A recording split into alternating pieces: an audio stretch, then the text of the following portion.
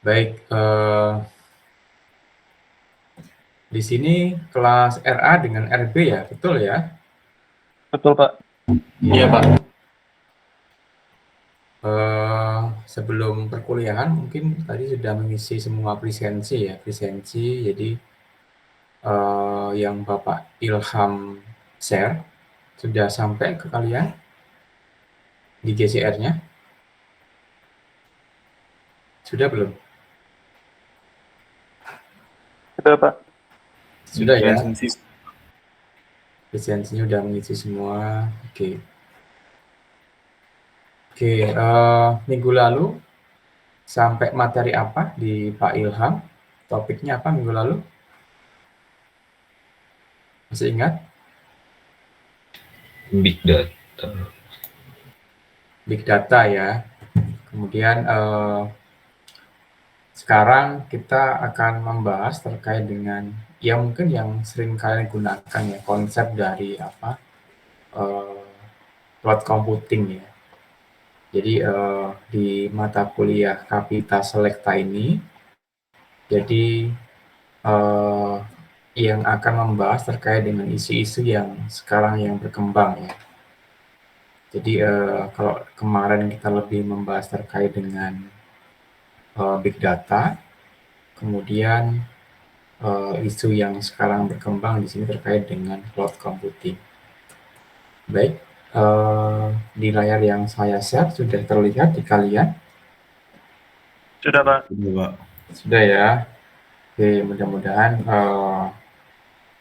ini bisa memberikan apa pengetahuan tambahan bagi kita terkait dengan isu-isu yang berkembang. Cloud computing ya di sini. Kalau dari bahasanya di sini cloud itu apa sih? Awan ya, kemudian computing ya terkait dengan komputasi. Diilustrasikan seperti gambar yang Bapak tampilkan di layar. Ada awan yang di sini ada apa? RJ45-nya. Konektor yang buat ke hub namanya RJ45, kemudian terhubung dengan kabel apa nih? Kabel koaksial ya. Kabel fiber optik atau koaksial? Kira-kira.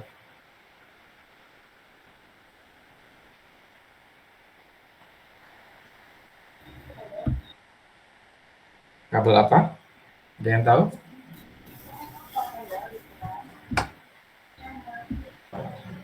Kabel apa nih kira-kira seperti ini nih?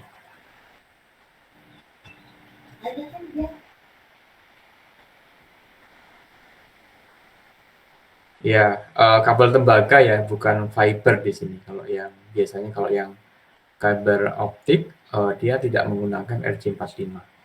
Jadi ini ilustrasi cloud computing yang seolah-olah ya jaringan yang apa namanya yang ada di awan lah, kurang lebih seperti itu. Nah, di pertemuan 4 ini jadi ada 4 topik outline bahasan yang nanti akan kita bahas. Yang pertama dari konsep dari cloud computing itu sendiri, kemudian yang kedua edge computing, kemudian yang keempat fog computing, kemudian yang ketiga fog computing, yang keempat Firebase. Oke, dari keempat ini mana yang sering kalian dengar? Poin 1, poin 2, poin 3, atau poin yang keempat?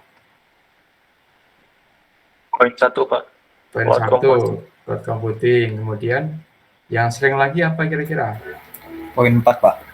Poin 4, Firebase. Ini jelas sering kalian gunakan ya. Sering menggunakan Firebase? Oke ya, sering. Saya kira sering Firebase ini. Jadi untuk teman-teman yang praktikum embedded, IoT, kemudian mobile, biasanya akan menggunakan Firebase.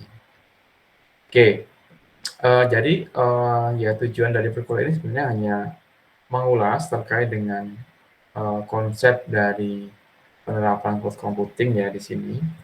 Jadi ada 4 topik, kemudian sebenarnya perbedaannya seperti apa dari 4 topik itu, baik cloud, edge, kemudian fog maupun apa namanya yang Firebase ya seperti itu. Oke, di dalam pembahasan di sini eee, cloud computing ini ya sebenarnya satu istilah ya, yang menggambarkan bahwasanya komputasi itu yang di awan ya. Jadi, yang kalau tadi yang kalau kita ilustrasikan, itu yang terjadi, di awan kemudian, melalui internet. Jadi, contohnya seperti apa, Pak? Jadi kalau misalkan, ada suatu perusahaan misalkan, perusahaan, yang di situ dia tidak perlu menyewa tool ataupun aplikasi, tetapi kalau dia sudah berlangganan dengan, cloud computing yang ada tool-nya semua, jadi ketika nanti, si pengguna di kantor itu nanti dia terhubung dengan internet, cukup masukkan akun dari cloud computing-nya, kemudian nanti dia bisa seolah kerja ya, bekerja dengan tool, maupun perangkat yang lainnya itu ya sesuai dengan desktop-nya, masing-masing seperti itu. Jadi, ketika login kemudian nanti otomatis seolah akan ketemu dengan desktop yang di kantornya. Jadi, tanpa harus membawa perangkat desktop-nya, si karyawan kantor itu nanti dia akan bisa, menggunakan tool yang sama persis, termasuk juga seperti sistem operasinya. Jadi kalau misalkan itu yang berlangganan, yang full ya. Tetapi yang sering kita gunakan yang cloud computing itu ya contohnya adalah Google Drive. Google Drive layanan email aja ya, dia layanan penyimpanan yang tidak ada tool-nya, ya tidak ada aplikasi perkantorannya seperti itu. Itu yang lebih luas. Kemudian di sini menggunakan internet untuk komunikasi dan apa nih? Transportasi serta penyediaan perangkat keras, perangkat lunak, layanan jaringan kepada klien. Jadi bukan hanya perangkat kerasnya aja, jadi termasuk dengan perangkat lunaknya. Jadi seolah ketika kita login ke layanan cloud, nanti kalau yang versi lengkapnya ya termasuk dengan tool-toolnya, ya dimanapun kita berada, asal ada internet, di situ kita bisa terhubung dengan komputer pribadi kita seperti itu. Jadi itu kemudahannya. Jadi terus bagaimana data itu disimpan, perangkat itu disimpan? Nah, itu disediakan oleh penyedia layanan cloud-nya. Nah, yang menjadi isu dari cloud computing ini kira-kira apa menurut kalian? Kalau misalkan semuanya di awan, apa yang menjadi isu yang terpenting? Kira-kira dari security-nya bagaimana menurut kalian?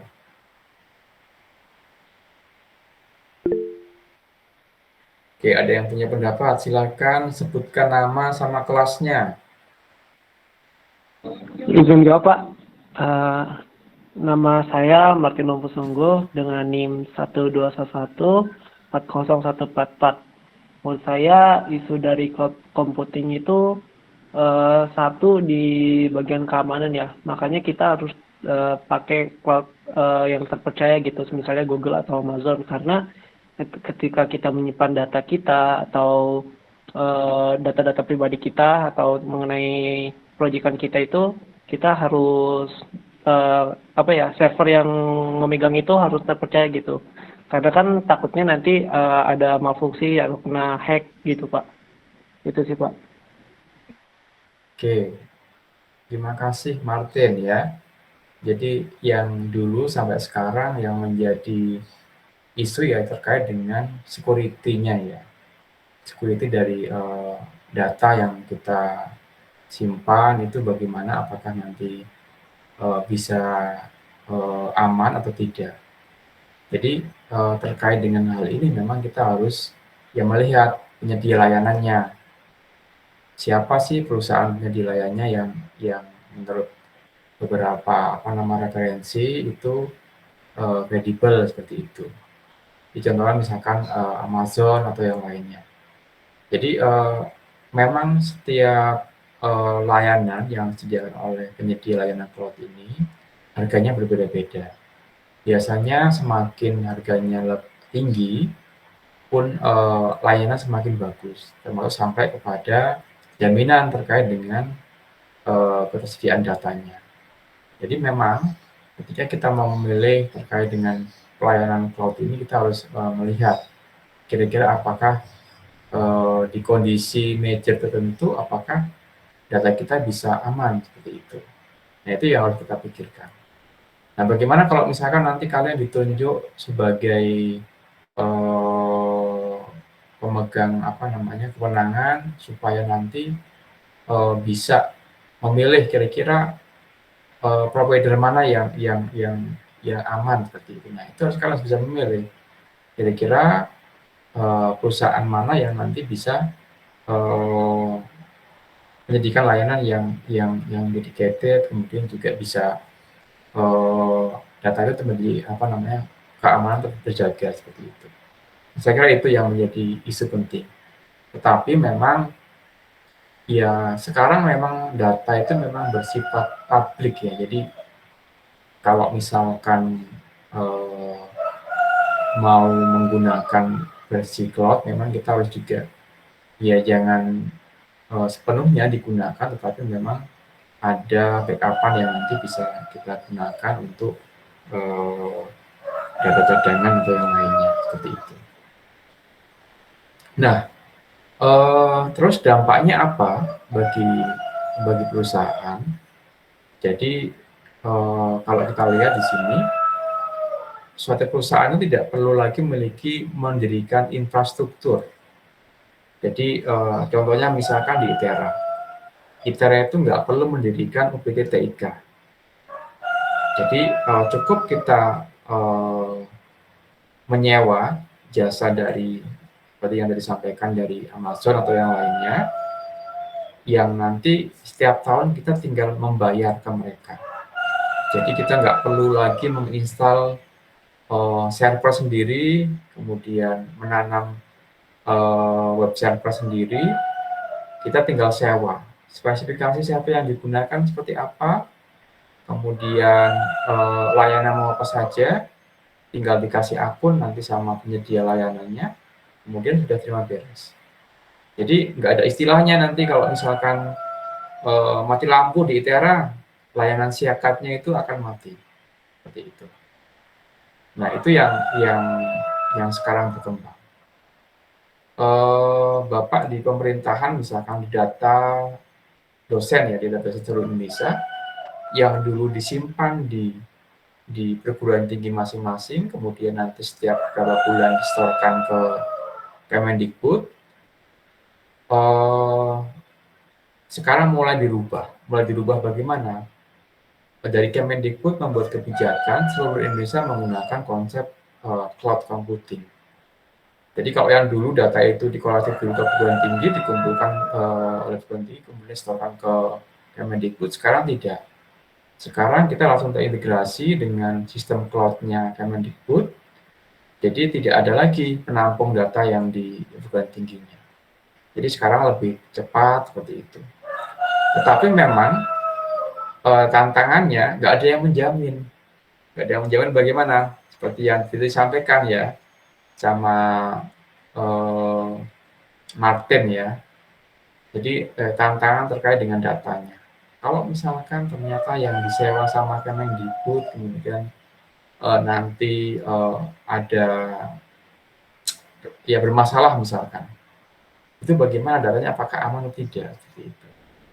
Jadi ya kembali lagi ke penyedia layannya. Nanti biasanya ketika kita mau berlangganan seperti itu ada kontraknya.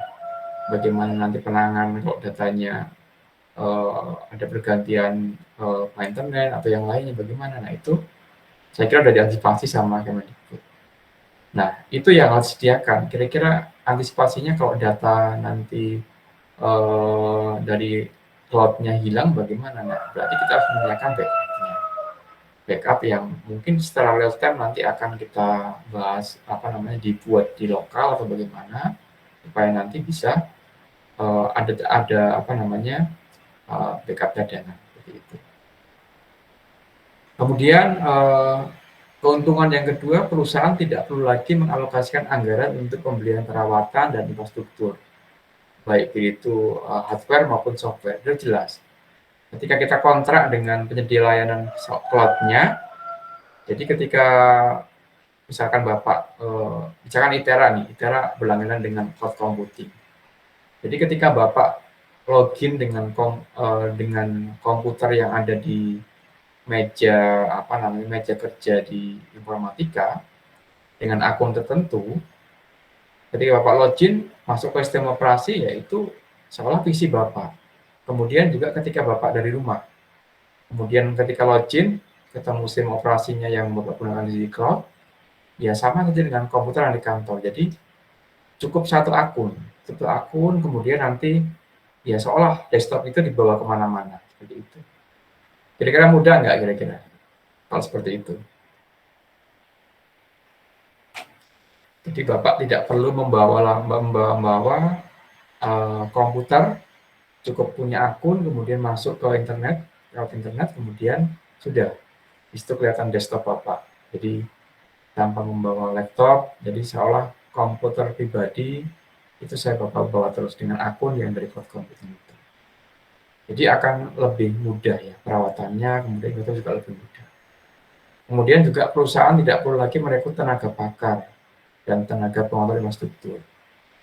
Jadi tentunya akan berkurang juga tenaga-tenaga yang digunakan untuk maintenance-nya terkait dengan misalkan nih untuk merawat si server, biasanya kan ada bidang sendiri yang menangani bidang admin sys ya, kalau sistem administrator dari satu webnya misalkan.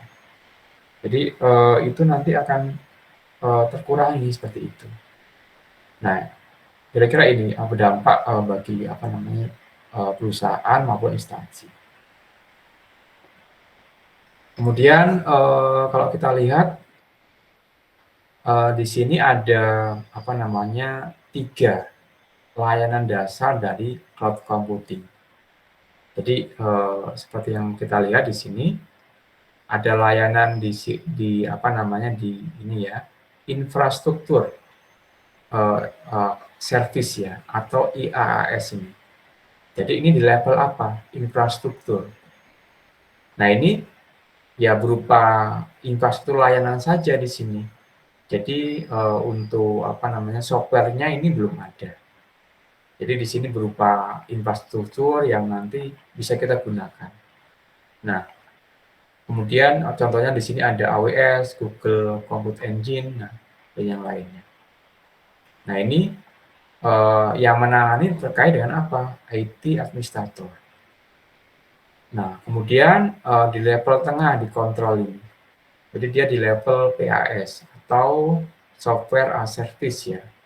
Jadi di level yang sudah ada infrastrukturnya, kemudian juga ada softwarenya. Jadi contohnya misalkan apa di sini? Google App Engine, kemudian juga Microsoft Azure.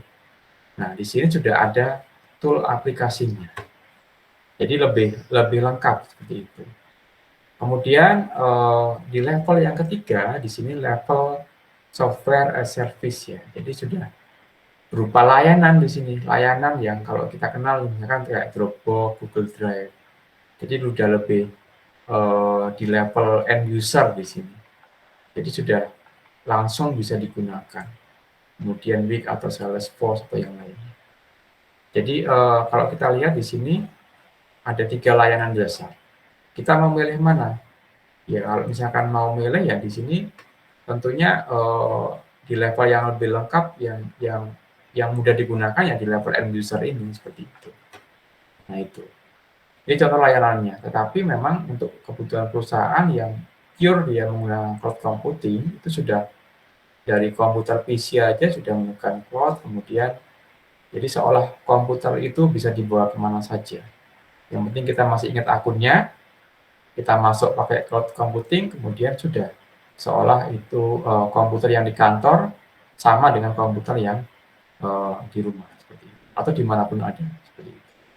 Jadi lebih memudahkan. Di sini ada yang pernah menggunakan yang versi yang seperti itu, yang menggunakan cloud computing yang full yang ada OS-nya. Ada yang pernah menggunakan?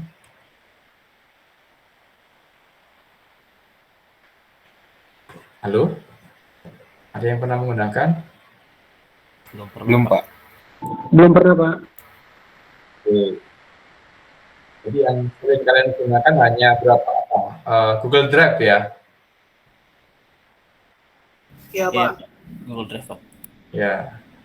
Oke, kalau Bapak pernah mencoba, jadi pernah punya akun ya, Jadi yang penting kita terhubung dengan jaringan internet. Jadi perusahaan itu udah menyediakan layanan cloud-nya. Jadi kita masuk, ya ketemu dengan OS-nya. Kita tinggal minta apa gitu. Jadi saat itu menggunakan Microsoft. Jadi apa yang saya buka dengan yang di kantor, yang di rumah itu pun sama.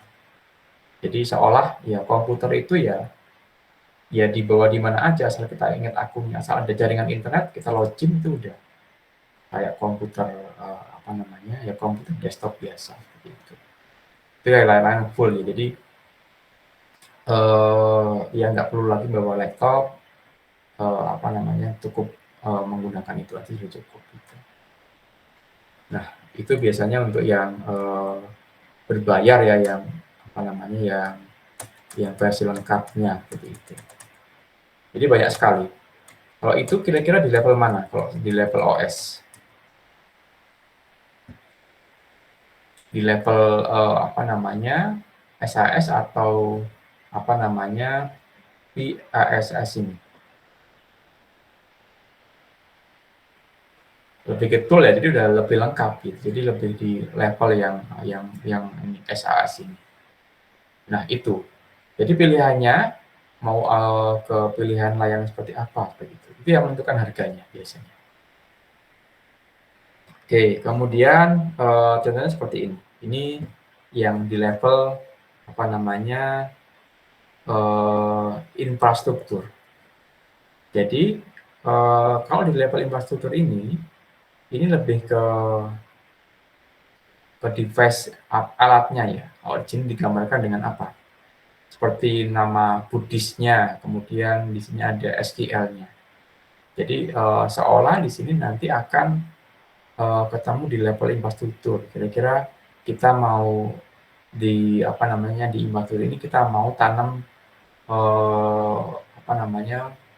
sistem operasi versi apa. Nah, itu hanya di level ini aja, di level infrastrukturnya. Seperti itu. Kemudian di level yang pertengahan ini yang kita sebut dengan yang sering kita gunakan di sini misalkan Heroku ya. Jadi ini adalah contoh level yang di software service ya. Jadi ini kalau kita lihat ini di level software service-nya.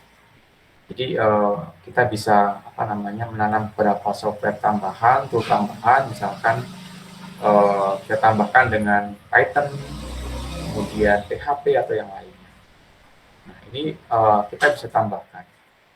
Ini contoh-contoh di level di level yang pertengahan. Kemudian yang selanjutnya ini di level yang service ya, di sini software service-nya. Jadi ini lebih lengkap lagi. Kita bisa gunakan Office yang kita gunakan, kemudian juga kita bisa memilih sistem operasi yang kita gunakan. Jadi persis seperti ya komputer-komputer yang kita gunakan di dalam kantor begitu. Jadi kita nggak perlu lagi membawa laptop, kemudian kita cukup buka Word-nya, Excel-nya, kemudian OneDrive-nya atau yang lainnya, cukup dengan satu akun seperti itu. Nah, ini yang biasanya banyak digunakan oleh perkantoran. Jadi sebetulnya berbeda-beda. Ada yang lebih level ke service, ada juga yang lebih ke software service-nya, kemudian juga ada yang lebih ke infrastrukturnya. Tergantung pilihannya. Jadi semakin lebih ke atas di sini semakin mahal sewanya. Nah, ini beberapa penerapan terkait dengan cloud computing ya, seperti itu. Kemudian kalau kita lihat eranya di sini penerapan cloud computing itu seperti apa. Jadi kalau kita lihat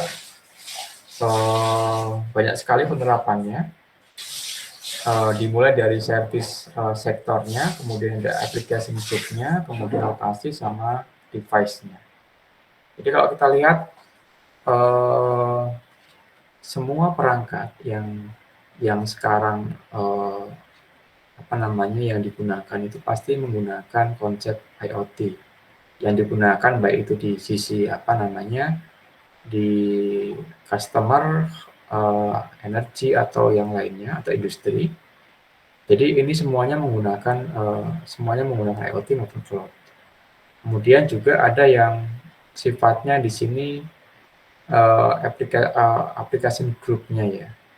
Jadi yang digunakan oleh seluruh industri atau yang lainnya. Kemudian juga lokasinya maupun device-nya. Device-nya macam-macam di sini. Ada yang menggunakan, kalau kita lihat di sini ada yang menggunakan, kalau yang di energi ada yang UPS atau yang lain. Jadi semuanya ini menerapkan konsep cloud computing maupun IoT. Kemudian contohnya terkait dengan penerapan IoT di sekolah ya. Jadi bisa kita lihat sekarang semua perangkat, semua device yang terhubung dengan internet itu nanti bisa kita koneksikan dengan komputer, kemudian kita transmisikan datanya, kemudian nanti bisa disimpan datanya di cloud computing, kemudian akan ditampilkan lagi menjadi suatu informasi. Itu terus yang nanti akan disajikan oleh pengguna. Kemudian kalau kita lihat di sini semua perangkat itu sudah terhubung semua, jadi memudahkan membantu manusia di dalam pengamatan real time. Kalian tahu bahwasanya di sini sensor itu ya sebenarnya ya dibuat dari apa? Dari cara orang itu melihat alam ya. Jadi kalau misalkan kalian amati coba, itu nyamuk itu punya punya mata nggak kira-kira nyamuk itu?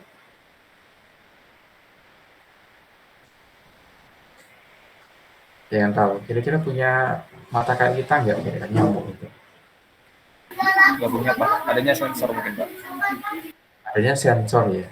Terus kok bisa tahu di situ ada kita manusia yang jadi makanan mereka atau binatang yang lain? Bagaimana kira-kira? Apa yang deteksi?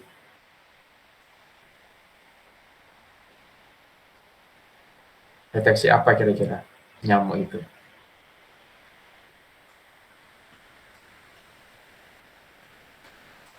Mungkin bisa scanning dari suhu badan atau apa gitu Pak. Oke, suhu badan panas ya. Jadi Ya, walaupun kita misalkan menutup pakai selimut ya, jadi nyamuk itu bisa deteksi ini di sini ada manusia atau enggak. Enggak punya mata, tetapi mereka ada perangkat sensor yang bisa mendeteksi suhu badan. Suhu badan manusia yang punya darah itu sudah terdeteksi sama mereka, termasuk hewan sama. Jadi walaupun kita ditutupin dengan pakaian yang tebal, itu juga masih bisa terdeteksi sama nyamuk seperti itu. Jadi pada intinya manusia itu ya meniru yang ada di alam. Ketika orang membuat sensor itu juga sama. Ya niru dari yang terjadi di alam. Jadi supaya nyamuk itu bisa mendeteksi panas manusia, bagaimana saya bisa membuat perangkat elektronik sensor yang mendeteksi panas juga seperti itu. Nah, itu yang digunakan oleh manusia juga untuk ya kecanggihan teknologi. Jadi ya intinya ya manusia itu ya hanya meniru apa yang ada di alam.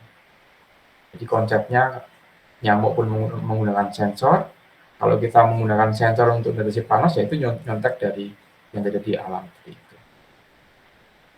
Kemudian kalau kita lihat apalagi sensor yang digunakan yang sekitar kita, ada nggak yang punya pemahaman yang sama? Ini nyontek dari yang terjadi di alam seperti itu. Ada nggak kira-kira? Sensor apa gitu?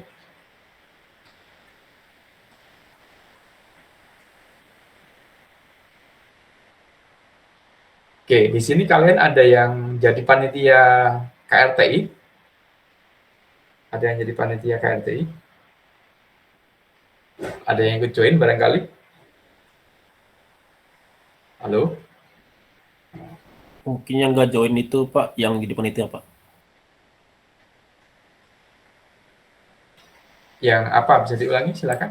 Kemungkinan Pak yang panitia KRT tidak join Pak. Tidak join ya. Oke. Kalau kalian amati misalkan di robot terbang itu di divisi apa namanya vertical landing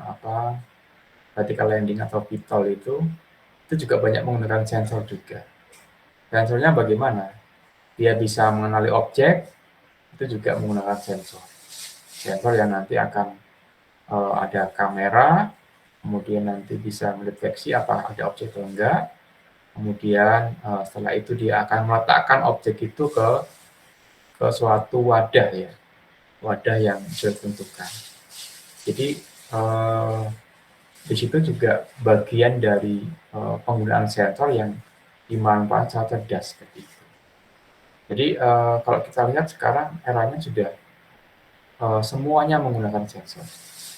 Termasuk juga misalkan ketika kalian misalkan ada pesawat ketika dia sudah landing kan ya, kemudian pasti mereka akan mengikuti apa?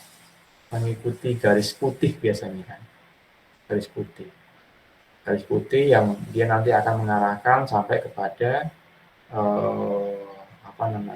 tempat pemberhentian dari pesawat. Jadi pasti nggak lewat dari garis putih itu. Kenapa? Karena ada sensornya yang mengatur supaya mengikuti garis putih itu. Nah, jadi itu yang coba dikembangkan. Jadi seluruh sensor yang ada di dunia ini pasti meniru cara kerja dari yang terjadi di alam. Seperti itu. Nah, itu yang menjadikan ya manusia itu kan selalu berpikir terus. Jadi apa yang terjadi di alam kemudian coba diimplementasikan ke dalam satu device seperti itu. Oke.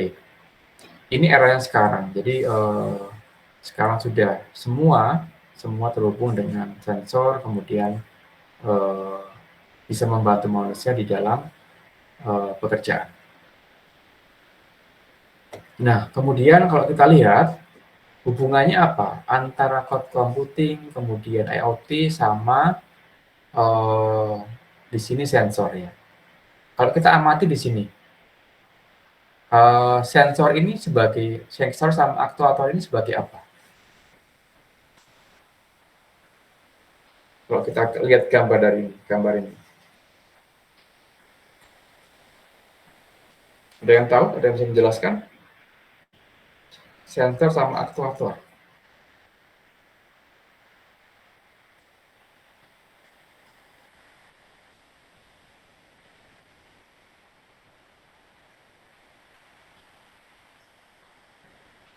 Bisa menjawab, Pak? Ya. Nama saya Leonardo Sirait dengan NIM 121140008. Menurut saya sensor ini sebagai reseptor, maksudnya menerima data-data dari lingkungan. Sementara aktuator itu ya semacam pemberi aksi atas data-data yang telah diterima. Oke. Sensor sebagai input, kemudian aktuator sebagai penerima aksinya ya. Seperti itu ya. Oke, sepakat? Ada yang tidak sepakat? Oke, saya kira benar sekali ya. Jadi sensor ini sebagai inputan lah ya. Inputan data yang nanti akan diterima oleh IoT ya. IoT kemudian yang nanti akan disimpan. Disimpan di mana? Di cloud computing kan di situ kan. Inputan data itu akan diteruskan oleh bagian IoT, kemudian nanti akan disimpan di dalam cloud computing. Kemudian cloud computing akan teruskan kembali ke bagian mana? ke bagian aktuator ini. Aktuator ini nanti yang akan memberikan aksi atau ya apa namanya dari data itu nanti yang akan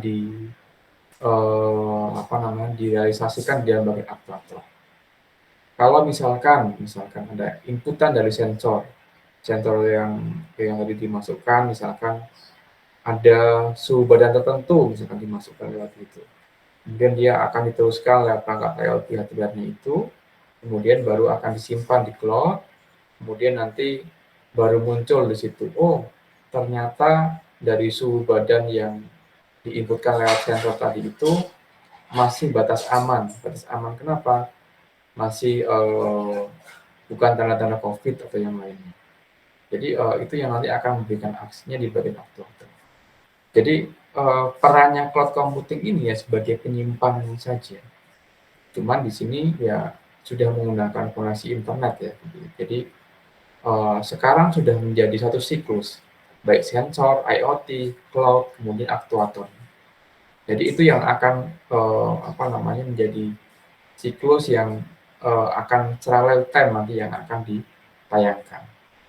Jadi beberapa hari yang lalu Bapak coba studi banding ke UM Malang ya, Universitas Negeri Malang. Jadi di lab teman Bapak yang sedang melakukan riset, mencoba implementasi apa? Jadi kalau kita lihat data mahasiswa di Malang itu kan mahasiswa, dosen, sama Tendik itu sekitar 65.000 mahasiswa, 65.000 ini data ya. Jadi ketika nanti parkir, ketika tengok ke kanan seperti ini, kemudian nanti akan deteksi ini wajahnya siapa. Misalkan ini wajahnya Martin ya di sini, maka nanti palang pintu yang di depan parkir itu nanti dia akan membuka, kemudian baru menutup lagi. Teknologi ini sederhana, tetapi proses komputasi yang di sini ini yang perlu perhitungan di sini. Kenapa? Kalau 10 mahasiswa mungkin masih bisa lah tertangani. Tapi kalau data yang ditangani di sini 65.000, bayangkan di sini 65.000 data gambar semua. Yang harus diatur kan di sini ketika saya nengok seperti ini langsung deteksi cepat, jadi nggak sampai karena Bapak menyaksikan sendiri ya pengukurannya, jadi ketika di sini langsung deteksi, langsung buka palang pintunya. Jadi dengan data 65.000 bisa secepat itu, seperti itu. Jadi itu baru dicoba. Kemudian juga coba akan diterapkan di seluruh seluruh kegiatan aktivitas di di fakultas itu, seperti itu. Dan Bapak melihatnya baru sekedar diimplementasikan di sisi parkirnya. Tetapi memang sudah ada implementasi dari presensi. Jadi setiap satu bulan sekali ketika presensi dosennya itu kan ada rekaman gambarnya. Dari rekaman gambarnya itu ternyata bisa diukur dari indeks kebahagiaannya. Jadi presensi yang di Tera itu kan masih belum belum digunakan si presensinya, baru dari sidik jari saja. Tapi kalau yang di sana sudah tambah sidik jari, udah ngelihat mukanya langsung deteksi. Ini muka si dosen siapa, langsung teridentifikasi, kemudian langsung bisa mengisi presensi tanpa menggunakan sidik jari lagi. Secepat itu gitu, dengan membandingkan data 65.000. Jadi kemudian setiap bulan ada rilisnya. Oh, fakultas yang ilmu komputer ini indeks kebahagiaannya ternyata nilainya seperti ini. Akan diumumkan oleh rektor setiap bulan. Jadi kelihatan mana fakultas yang paling bahagia dari rekaman presensinya tiap hari itu. Jadi sudah berkembang sejauh itu. Jadi pemanfaatan data semuanya menggunakan apa? Menggunakan sensor ya. Sensornya lewat apa ini? Ya diambil lewat itu kamera kan, sensor kamera, kemudian masuk lewat IoT hardware-nya itu, kemudian akan ditampung di cloud, kemudian nanti akan menghasilkan aktuator. Artinya apa? Oh yang tadi diparkirkan tadi ya akan menggerakkan si palang parkirnya itu bisa mengangkat, jadi bisa masuk ke parkiran. Seperti itu. Jadi kalau misalkan tidak deteksi sebagai mahasiswa UM, ya palang parkirnya nggak bisa mengangkat seperti itu. Kira-kira bagaimana kalau terapkan di Tera?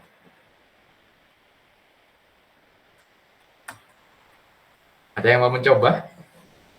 Ada yang tertarik? Jadi cukup dengan mau masuk ke tempat parkiran, tinggal tengok ke kanan, deteksi mukanya, kemudian palang pintu akan membuka secepat itu. Jadi Bapak cepat sekali itu.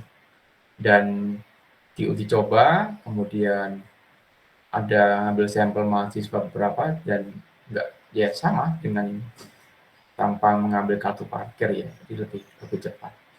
Dan itu akan menjadi memastikan ya bahwasanya ini adalah mahasiswa UM Malang yang nggak bakal keliru seperti itu, karena wajah itu kan identik, nggak ada yang sama. Kurang lebih seperti pemanfaatannya dari sensor, IoT, cloud, sama aktuator.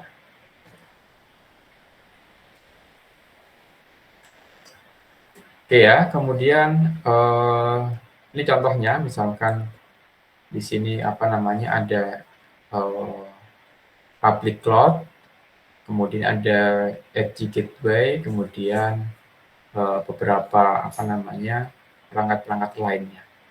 Jadi kalau di public cloud ini kita mengenal dengan ada IP base, kemudian WiFi, kemudian 3G. Nah, ini sarana komunikasinya. Kemudian juga ada data, kemudian ada data lake, kemudian application analytics, machine learning atau yang lainnya. Kemudian ini adalah perangkat-perangkatnya yang nanti akan terhubung. Kemudian contohnya misalkan di sini ada IP, kemudian WiFi atau yang lainnya. Nah, semuanya ini nanti akan terhubung, kemudian nanti akan dimasukkan ke dalam cloud computing. Nah, kemudian komponen cloud computing ini. Jadi kalau kita lihat contoh dari komponen cloud computing ini ya seperti mobile, kemudian contohnya Windows Mobile atau Symbian itu yang versi yang lama. Kemudian Windows Terminal, kemudian juga Explorer atau yang lainnya. Kemudian ini jadi cloud client-nya ya, cloud service-nya ini. Jadi kalau kita bisa mengakses lewat Explorer atau yang lainnya. Kemudian cloud service-nya, contohnya misalkan di identitasnya ada OpenID, kemudian ada Amazon, kemudian payment. Nah ini contohnya yang PayPal ini juga bagian dari cloud service-nya. Kemudian ada mapping-nya ya, contohnya Google Map, Yahoo atau yang lainnya. Jadi sudah banyak yang menggunakan dari cloud computing. Kemudian di sini ada cloud application. Jadi dia intinya yang memanfaatkan ya dari softwarenya, kemudian tidak perlu menginstal aplikasi dalam komputernya. Jadi ini yang tadi Bapak sampaikan. Jadi tinggal kita request apa, kita cukup login, kemudian nanti ya seolah di depan layar kita itu adalah komputer desktop yang kita gunakan. Jadi misalkan ada web application, kemudian misalnya sini peer-to-peer atau yang lain. Nah, ini layar-layarnya. Kemudian contoh dari cloud platform ya.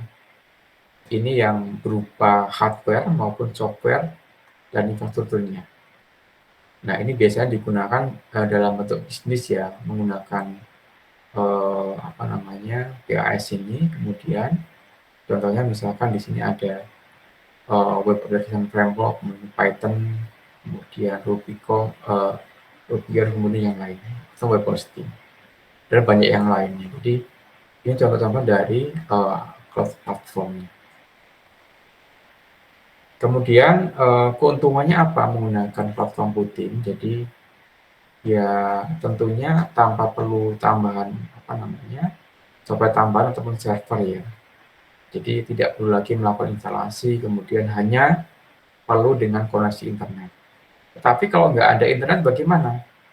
Ya seolah udah hilang aja, nggak bisa kita akses data-data kita. Jadi kalau nggak ada internet ya sudah. Yang tadinya misalkan dengan datanya kita simpan di cloud, kita mau mengakses dari internet ya udah. Jadi nggak ada cadangan. Kecuali kalau kita punya cadangan data cadangan seperti itu.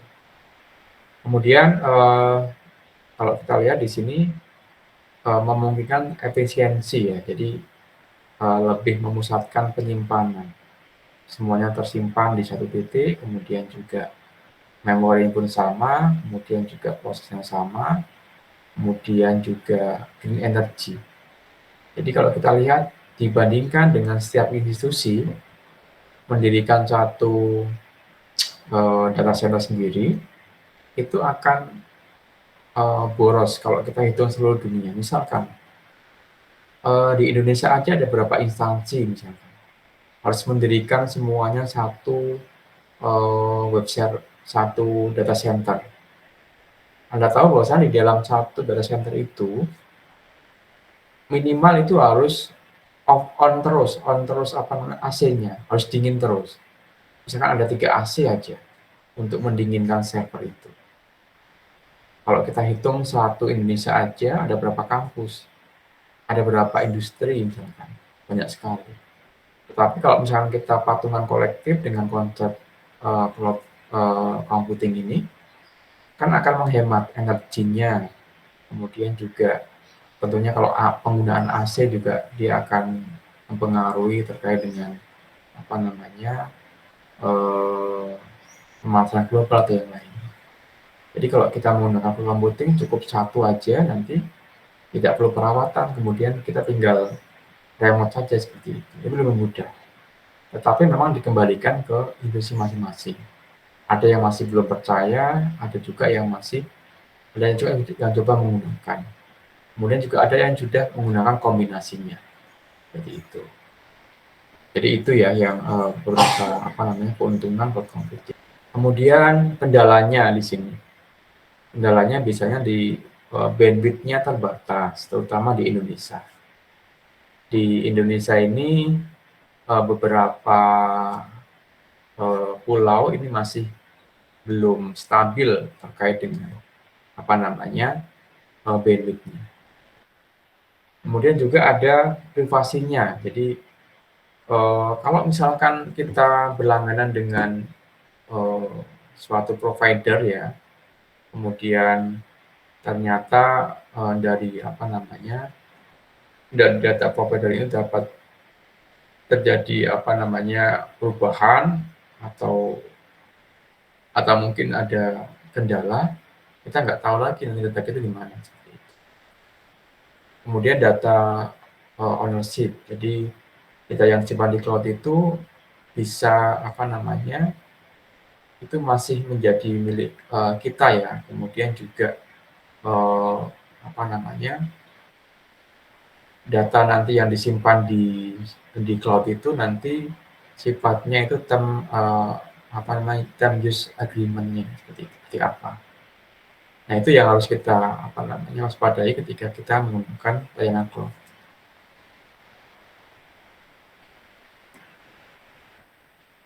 Oke, kemudian yang selanjutnya adalah edge computing ya. Jadi edge computing ini ya intinya proses komputasi yang traffic internetnya itu menggunakan edge. Kemudian untuk apa? Untuk menyimpan data penting secara lokal. Jadi kalau kita lihat di sini ada yang cloud, kemudian ada data center. Nah, ini yang kombinasikan. Jadi untuk cadangan di sini.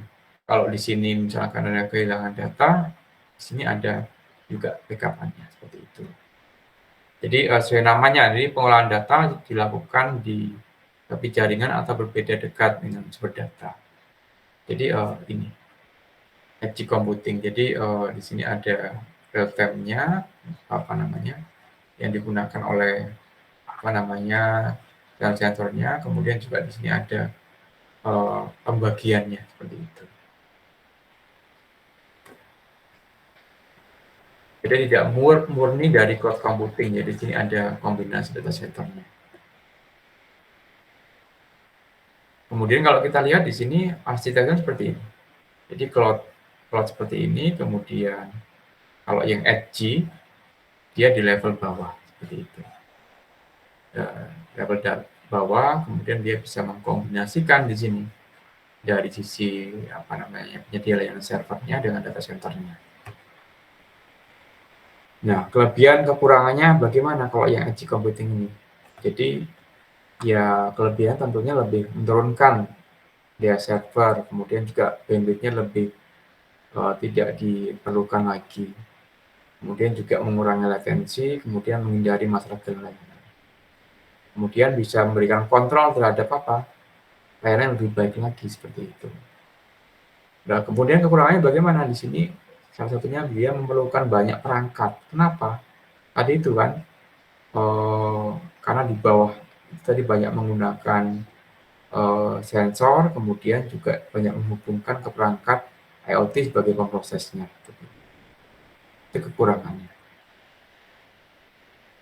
Kemudian kalau kita lihat di sini, ini fog computing ya. Jadi kalau kita lihat fog computing ini cloud computing, kemudian ini apa namanya konfigurasinya. Di sini dari cloud computing ini dia dipecah lagi, misalkan di sini ada 2 node ya. Dua node, kemudian ada end device-nya yang terhubung dengan si sensornya. Nah, di dalam konsep fog computing ini apa namanya seperti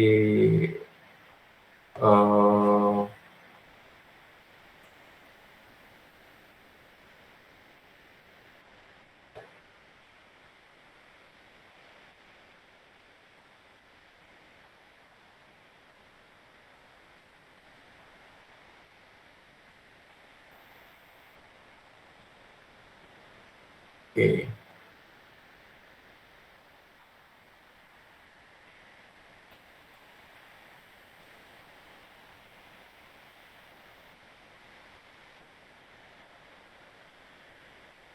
Oke, kalau kita lihat di sini di gambarnya ya, apa namanya di fog to fog ini. Jadi dia yang akan menghubungkan ke device-device tertentu. Kemudian di sini ada membentuk node-nya ya. Node-nya kemudian terhubung lagi ke node yang lainnya. Jadi kurang lebih seperti itu untuk gambaran dari fog to fog ini. Kemudian ada juga yang fog to cloud. Jadi kalau kita lihat di sini perbedaannya di dalam apa namanya konektivitasnya. Kalau yang di fog to cloud ini dia terhubung langsung dengan apa namanya cloud service-nya, kemudian di sini terhubung dengan fog node-nya, kemudian baru ke device-device yang dihubungkan. Kemudian ada juga yang menggunakan multi-fog single cloud. Jadi berbedanya di sini di level bawahnya ini di node fog node-nya ini ada beberapa cabang ya di sini. Jadi dari cloud service-nya ini kemudian dia terhubung dengan fog node, kemudian juga fog node, baru ke device-device. Itu ya terkait dengan penggunaan dari cloud computing, kemudian sampai ke di sini ada multi-fog, multi-cloud. Jadi di sini lebih kompleks lagi kalau kita lihat gambar jaringannya. Jadi lebih terhubung dengan Misalkan di sini ada fog node yang pertama terhubung dengan device-device tertentu, kemudian di sini terhubung dengan kamera security yang nanti akan terhubung juga dengan cloud provider-nya. Oke, kemudian contoh penerapannya, nah ini yang sering kita gunakan adalah Firebase. Jadi kalau misalkan kalian banyak menggunakan perangkat IoT, kemudian coba kalian gunakan Firebase, kemudian datanya akan disimpan di situ, kemudian nanti akan ditransmisikan sampai kepada web base-nya seperti itu. Nah, ini contoh layanan yang sering kita gunakan. Jadi Firebase saya kira yang sering sekali kita banyak gunakan untuk yang secara gratis ya, seperti itu. Kemudian juga sudah ada Firebase Analytics-nya, jadi di situ sudah kelihatan grafik-grafiknya yang nanti akan memudahkan kita di dalam pembuatan reporting ya. Nah, ini yang ada yang versi gratisnya seperti itu. Kemudian juga ada yang menggunakan mobile. Jadi di sini sudah ada notifikasinya, kemudian juga bisa menyediakan koneksi yang lebih handal. Gitu. Ini contohnya kalau misalnya kita menggunakan fasilitas di cloud ya. Nah ini untuk pattern tadi juga sudah lengkap ya di Firebase. Jadi ini adalah contoh kalau kita menggunakan Firebase. Kemudian real-time database-nya. Jadi kalau misalkan kita menggunakan Firebase, di sini sudah ada, kita tinggal gunakan email, kemudian kita simpan datanya di sini seperti itu. Oke, jadi ini contoh dari penggunaan database yang menggunakan Firebase. Mereka juga banyak TA-TA teman Pak tingkat kalian yang banyak menggunakan Firebase sebagai penyimpanan database-nya. Jadi sekarang sudah banyak penyedia layanan, tinggal kalian pilih, kemudian kita gunakan untuk versi cloud. Kemudian sudah ada Firebase hosting ya. Nah ini kalau kita lihat Firebase hosting ini sudah banyak digunakan untuk untuk koneksi, untuk mengirimkan konten atau yang lainnya.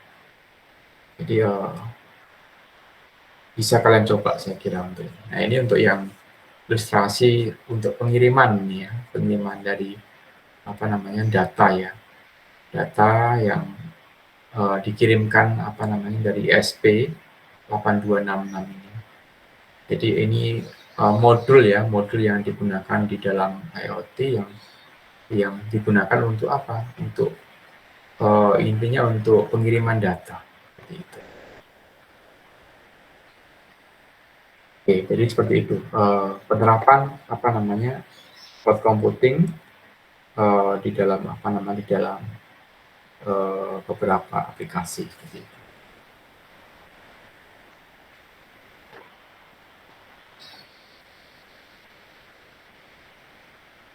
Baik, di sini ada yang mau bertanya terkait dengan penerapan cloud computing. Jadi mata kuliah Kapita ini sebenarnya kan mengangkat isu-isu yang sekarang berkembang seperti itu. Jadi harapannya apa ketika kami memberikan kata kunci tertentu terkait dengan penerapan isu-isu yang berkembang sekarang ini. Nah harapannya nanti di tugas besarnya, karena di mata kuliah ini nanti kalian akan mempresentasikan proposal ya, proposal terkait dengan SDGs yang dikaitkan dengan desa. Jadi boleh saja nanti kalian boleh mengangkat topik tertentu, misalkan di kelompok A misalkan. Pak saya mau membuat perangkat tertentu yang nanti bisa digunakan oleh desa, yang nanti bisa berkaitan dengan SDGs yang terkait dengan desa. Kemudian secara real time nanti akan bisa menayangkan terkait dengan keadaan lingkungan di suatu desa tertentu. Misalkan bisa memantau terkait dengan kondisi tanahnya, kondisi suhunya, itu boleh seperti itu. Jadi nanti dikaitkan dengan apa? SDGs desanya seperti itu. Jadi konsep dari Firebase, Cloud itu coba kalian terapkan di suatu titik desa tertentu seperti itu. Nah mungkin minggu depan nanti akan kami informasikan spesifikasi dari tugas besarnya. Jadi dari pertemuan 5 nanti akan kami umumkan supaya nanti kalian sudah persiapan kira-kira kami di kelompok ini mau mengangkat topik apa seperti itu. Jadi kurang lebih seperti itu. Baik, sampai di sini kira-kira ada yang mau ditanyakan dulu? Pak, izin bertanya Pak. Ya, silahkan. Betul. Kira-kira untuk tugasnya sendiri, STGS-nya itu harus berapa poin Pak yang dipenuhi untuk tugasnya? Oke, 1 poin pun boleh. 1 poin pun boleh. Jadi 1 poin kemudian eksplorasinya lebih mendalam itu lebih bagus. Jadi nggak harus berapa poin ya. 1 poin pun boleh. Kemudian 1 poin itu kemudian kalian lihat, oh indikatornya seperti ini. Nah, itu silahkan nggak apa-apa. Intinya dieksplorasi dari isu yang kalian angkat seperti itu. Jadi nggak harus multi poin ya. Cukup 1 poin pun nggak masalah. Jadi lebih ke eksplorasi teknologi atau isu-isu yang berkembang itu yang kalian coba angkat, diterapkan itu udah cukup gitu. Syukur-syukur nanti ada yang dijadikan dari topik TA yang diterapkan di desa tertentu itu boleh. Seperti itu. Jadi 1 poin saja pun cukup ya, jadi nggak harus multi. Kalau multi saya kira nggak akan selesai 1 tugas di mata kuliah. Baik Pak, terima kasih. Oke, seperti itu. Kira-kira ada yang mau tanyakan lagi di sini?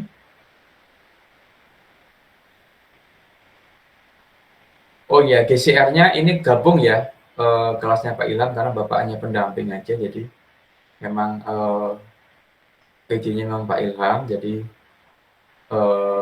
untuk jadwalnya ngikuti jalan Pak Ilham. Makanya Pak Ilham di hari Kamis ya jadwal kalian itu, kalian kelas RP itu kan bentrok Pak Ilham, jadi terpaksa dikasih hari Sabtu.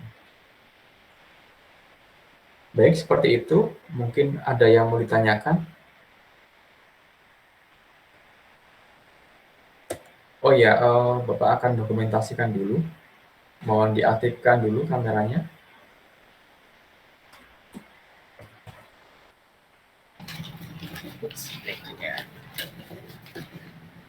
Oke, di sini ada yang jadi panitia apa namanya himpunan?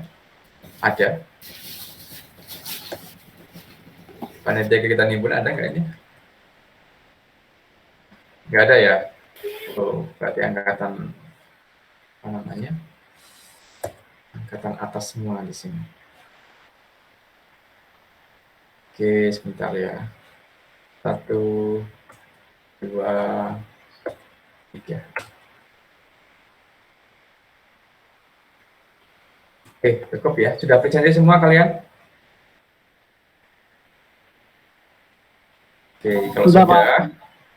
kalau sudah, saya kira untuk kelompoknya ya sambil diskusikan nanti cari kelompok yang memungkinkan bisa memudahkan komunikasi. Jadi karena nanti akan turun ke lapangan mencari topik tertentu, diusahakan yang kompak ya. Jadi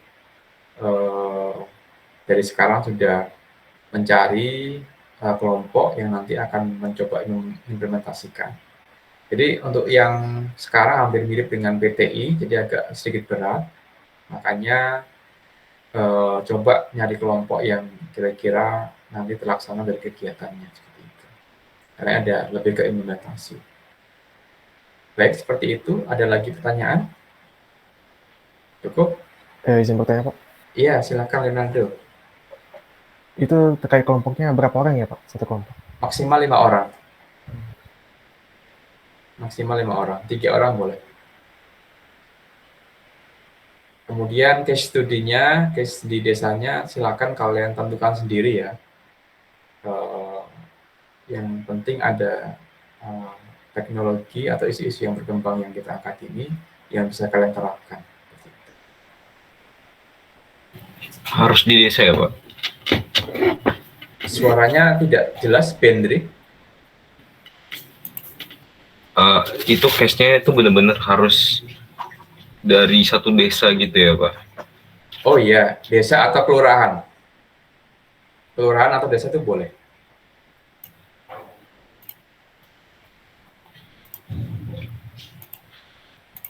Banyak sekali ya macamnya, jadi dari mulai sistem informasi, device, atau yang lainnya pun bisa.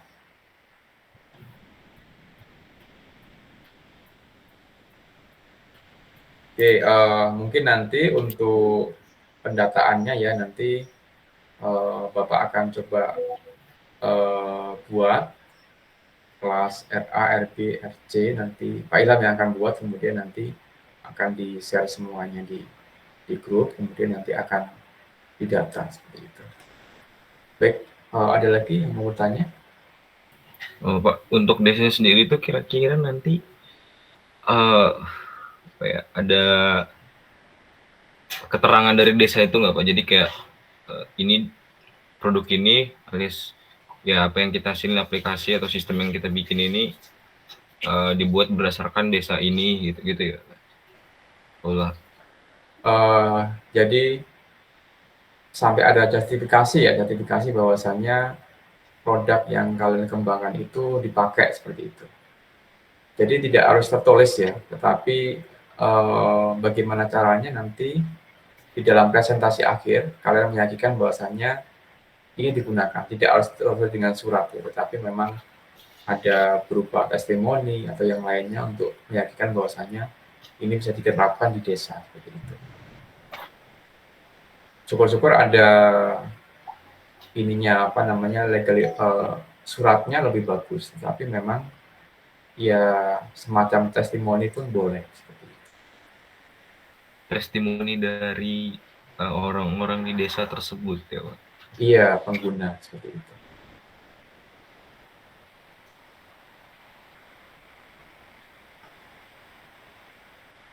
Berarti bisa dalam bentuk dokumentasi nggak, Pak?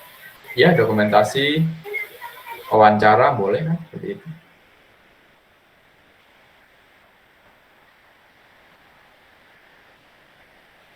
Untuk desanya sendiri itu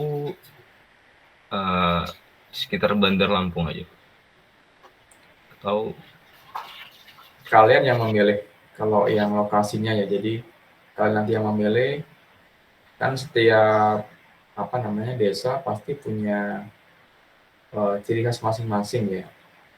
Jadi silakan kalian pilih, jadi kalian tentukan. Jadi di sini sudah ada yang ambil KKN belum sih? Iya Pak, baru Pak. Baru ya. Baru pada ngambil Pak. Baru ya. Ya boleh kalau misalkan nanti dikaitkan dengan desa KKN-nya boleh. Jadi ya sambil apa namanya mencari tahu juga informasi kira-kira profil dari desa ini seperti apa, kemudian teknologi yang mungkin diterapkan seperti apa. Nah itu bisa sambil jalan juga seperti itu.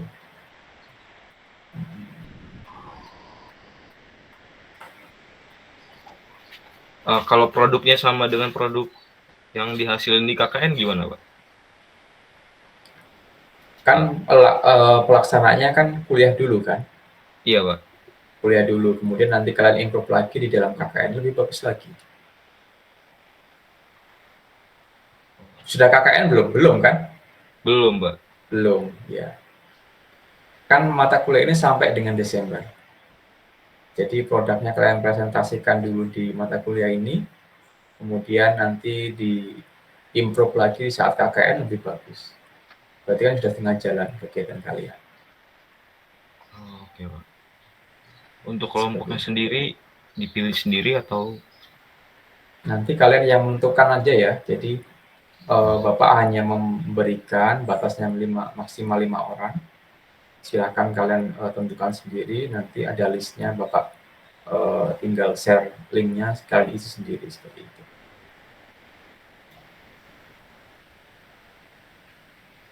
Oke Pak. Terima kasih. Oke ya. SDGs desa itu banyak sekali ya, banyak sekali. Jadi bisa kalian hubungkan. Dari sistem informasi pun masih banyak desa yang belum menggunakan. Seperti itu. Jadi masih banyak sekali peluang yang bisa kalian garap di mata kuliah ini. Oke, Bayu. Oke, Pak. Izin masuk, Pak. Izin bertanya.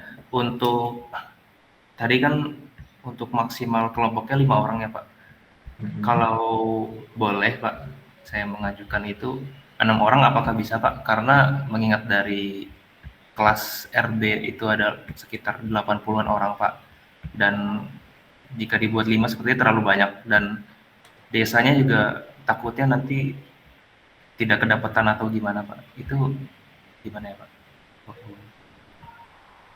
Kelas RB ya, kelas RB ini yang saya dengan Pak Ilham ya. Iya benar, Pak. Oke, coba nanti karena tim teachingnya saya Pak Cahyo dengan Pak Ilham, tapi masukan dari teman-teman di sini usulkan berapa? 6 ya? Iya, Pak. Mengingat ini juga, Pak, produknya sampai jadi gitu, Pak, bukan hanya rancangan. Iya, iya. Baik, saya kira jadi masukan bagi kami juga ya kalau 6. Nanti coba akan kami diskusikan dengan Pak Cahyo, kemudian Pak Ilham, untuk spesifikasi dari ininya, tugas besarnya. Supaya maksudnya nggak benturan antar ini, nggak terlalu banyak ya kegiatannya di objeknya itu ya. Baik, terima kasih Bayu dan memberikan masukan, nanti coba akan kami diskusikan dulu. Rilisnya minggu depan ya untuk spesifikasi tugas besar.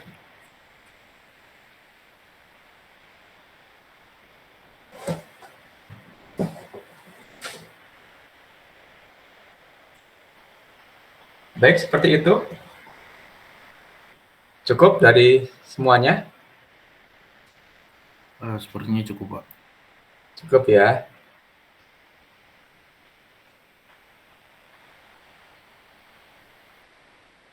Oke, kalau cukup mungkin untuk perkuliahan siang ini ya, Bapak akhiri. Jadi mungkin ini materi yang terakhir. Kemudian minggu depan kita sudah rilis rilis spesifikasinya. Kemudian selanjutnya tinggal kalian observasi, kemudian presentasi proposal dulu.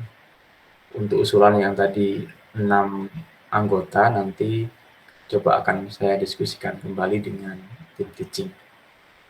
Nah, seperti itu mungkin materinya. Untuk GCR di sini digabung ya kelas RA dengan LP, Pak Ilham yang membuat. Kemudian untuk yang kelas RP di sini sifatnya kadang yang masuk saya, kemudian Pak Ilham juga. Jadi kita saling bergantian.